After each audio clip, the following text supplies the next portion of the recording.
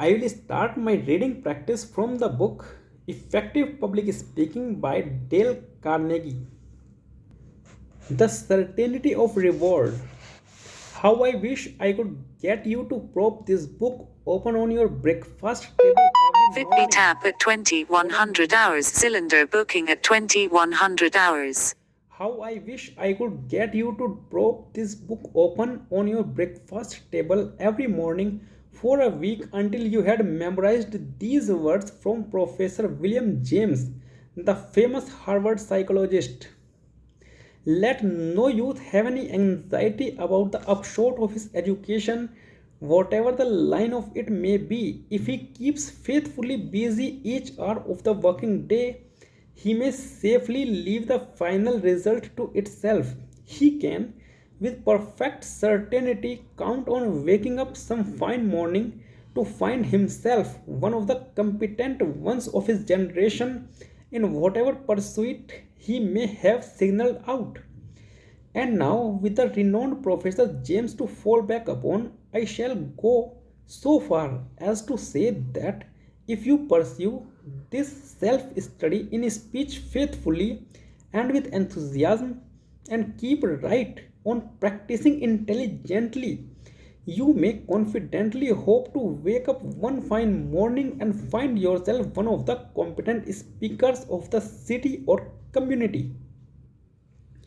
Regardless of how fantastic that may sound to you now, it is true as a general principle. Exceptions, of course, there are. A man with an inferior mentality and personality and with nothing to talk about is not going to develop into a local Daniel Webster, but within reason, the assertion is correct. Let me illustrate by a concrete example. Former Governor Stokes of New Jersey attended the closing banquet of a public speaking class at Trenton.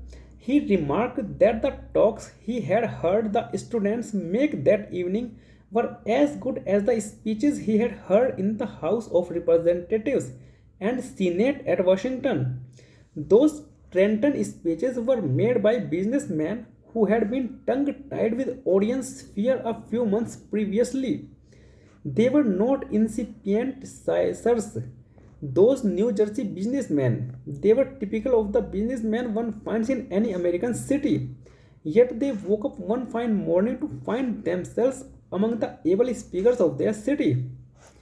The entire question of your success as a speaker hinges upon only two things: your native ability and the depth and strength of your desires. In almost any subject, said Professor James, your passion for the subject will save you. In almost any subject, your passion for the subject will save you. If you only care enough for a result, you will most certainly attain it. If you wish to be rich, you will be rich. If you wish to be learned, you will be learned. If you wish to be good, you will be good. Only you must then really wish these things and wish them with exclusiveness and not wish at the same time 100 other incompatible things just as strongly. And Professor James might have added with equal truth: if you want to be a confident public speaker, you will be a confident public speaker, but you must really wish it. I have known and carefully watched literally thousands of men and women trying to gain self confidence and the ability to talk in public.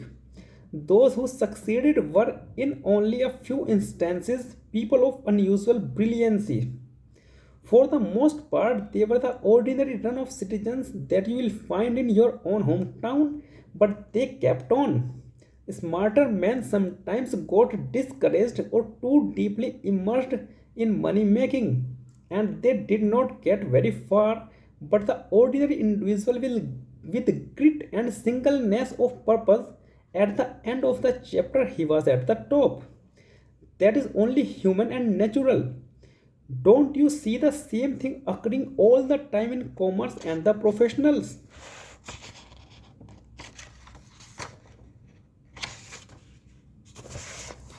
The elder Rockefeller said that the first essential for success in business was patience. It is likewise one of the first essentials for success here.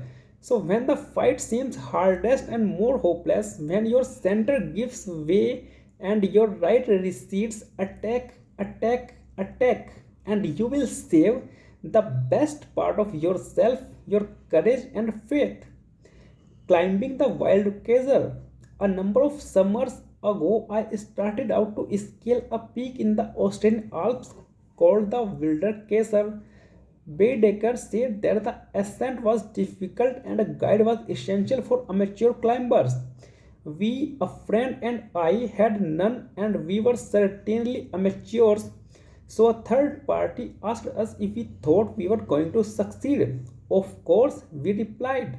Thank you. That's it for the day.